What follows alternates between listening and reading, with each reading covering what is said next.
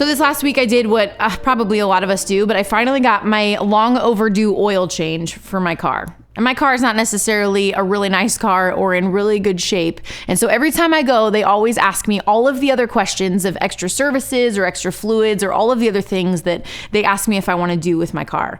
And every time I always promise myself, this is the time I'm going to show up being more knowledgeable and more understanding of which ones I should say yes to and which ones I should say no to. And this particular time, he ended up telling me, after me saying no to a few of the different things that he was offering, he ended up saying, you actually have a fluid leak in your car. And if you want, I have to put this thing in it in order to make sure that it runs probably longer than it would if you don't. And I realized out of all the things that I had said no to, the one that was going to give me longevity on the engine was the one that I was most interested in saying yes to.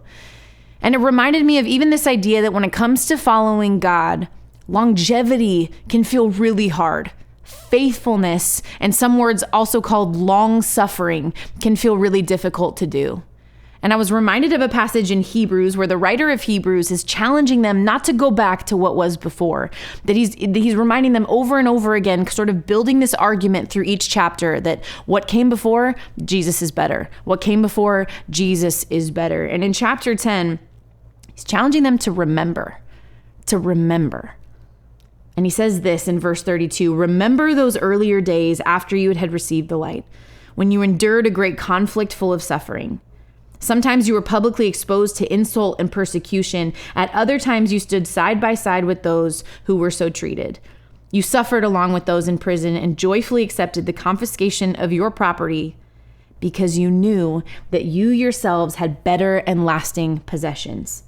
So do not throw away your confidence. It will be richly rewarded.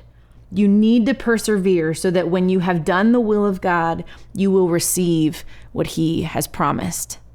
Sometimes I think that similar to what may be a transmission fluid or something that gives a car engine longevity, for us it is to remember. To remember what has come before, to remember the things that we have endured, even maybe on behalf of our faith, but to remember that God showed up consistently in those things, and to remember that we have lasting and better possessions. And if we stay faithful and if we persevere when we've done the will of God, it will be richly rewarded in heaven, that our faith is never in vain. And so my challenge to you today is, would you remember? Would you remember the ways that God has shown up in the past, trusting that he will show up in the future? And would you persevere in what may feel difficult today? Even in fact, the writer of Hebrews is challenging them to remember their suffering, which feels like a funny idea when you're challenging someone to stick in it. But he's saying, remember, because remember, even then, you remembered that you had what was better. And so I encourage you today, remember and persevere, because we'll be rewarded when he comes.